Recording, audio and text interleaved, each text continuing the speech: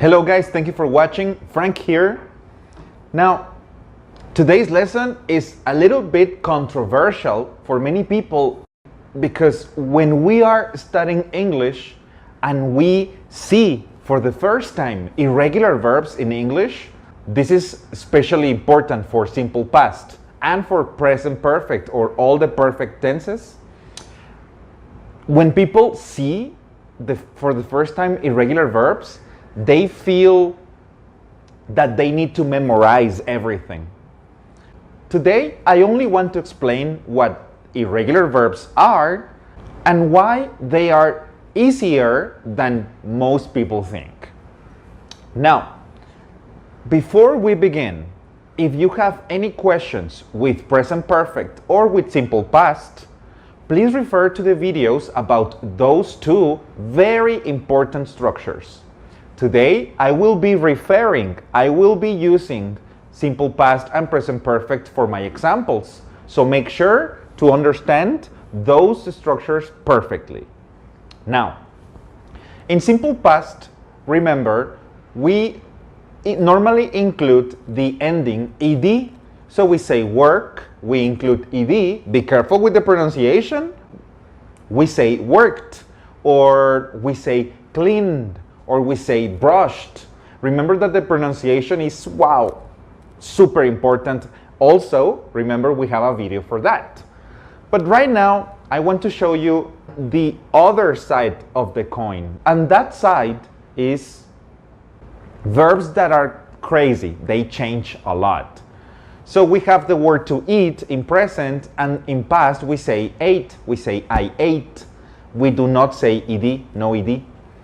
Or we say I sleep, and in past we say I slept. The pronunciation changes, the spelling changes.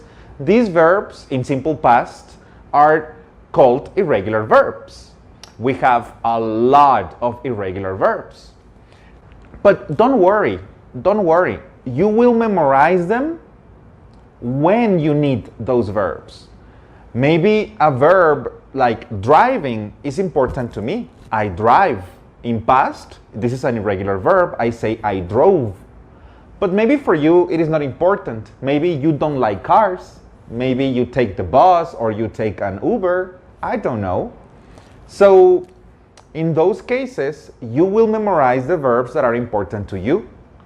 If you are a carpenter, for example, or a chef, you will learn verbs specifically important to your career, to your profession. And that's what happens with these verbs. You memorize them, yes, when you need them. So don't worry about any list. However, I do want to give you a recommendation to memorize 3 verbs, because these verbs are important in all structures, in present, in past, and in perfect tenses too. And these are the verbs to be, to do, and to have. The verb to be is super irregular. The verb to be in present form has 3 variations. I am, this is exclusive for I. You are, they are, we are. The verb are, usually in plural.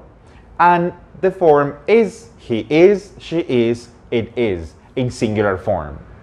In simple past, we will say I was, she was, he was, it was. Again, singular form. You, singular or plural. They and we say were. Okay? And in participle form, for present perfect, we will say I have been, you have been, she has been, it has been. In this case, been never changes. We change the auxiliary, but not the verb. So we have to memorize the verb to be. I really think you should memorize these. The next one is the verb to do. The verb to do in present form has 2 options. Do for I, for you, for we, and for they. In plural form, we always say do. I do, you do, we do, they do. And in singular form, she, he, it, we say does. Yes? In simple past, we only have 1 option. This is good news. I say did. You did, we did, everybody did, it did. No variations.